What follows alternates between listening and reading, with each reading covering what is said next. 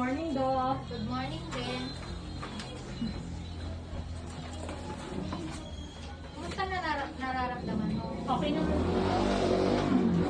So, I have your result already para sa annual check-up mo. So, masaya ako na nandito ka para sa annual check-up mo. Medyo okay naman itong lab result mo. Pero medyo mataas ang BP. Nasa 150 over 100. Regarding dun sa BP ko, Doc, this past few days po talagang may mga nararamdaman ko talaga akong kakaiba. Hindi talaga magandang pakiramdam ko. I think that trigger po siya sa paninigarilyo ko. So siguro po kailangan ko nang mag-quit or magbawas sa paninigarilyo.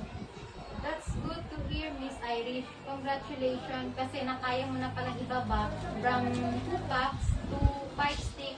Alam kong kaya-kaya mo nang ihinto yan. So, may plano ka bang mag-quit for the next 30 days?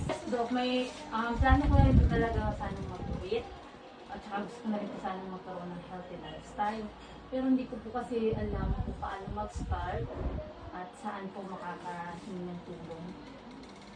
Congratulations, Miss Irish. Kasi nagawa mong ibaba ang paninigarilyo mo from 2 packs to 5 stick. So, that's a very good step. I think it's the best time.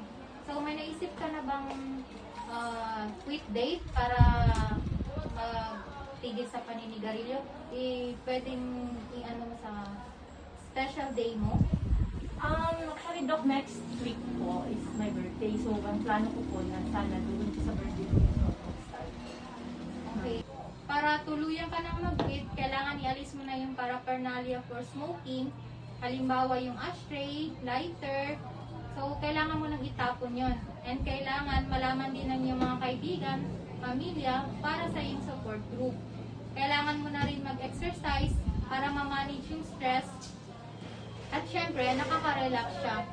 Kailangan iwasan yung mga bagay at taong nagtitrigger ng paninigarilyo mo. Syempre, may inganyo ka.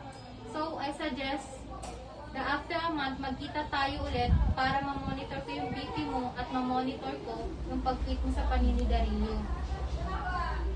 Actually, Doc, matagal ko na rin po talagang gustong mag-quit. Hindi ko lang po alam kung paano magsimula at ano yung mga dapat kong gawin.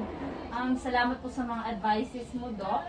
Nakatulong po yun para, makakatulong po yun para tuluyan na akong mag-quit at magkaroon ng healthy lifestyle. Thank you very much, Doc. Okay.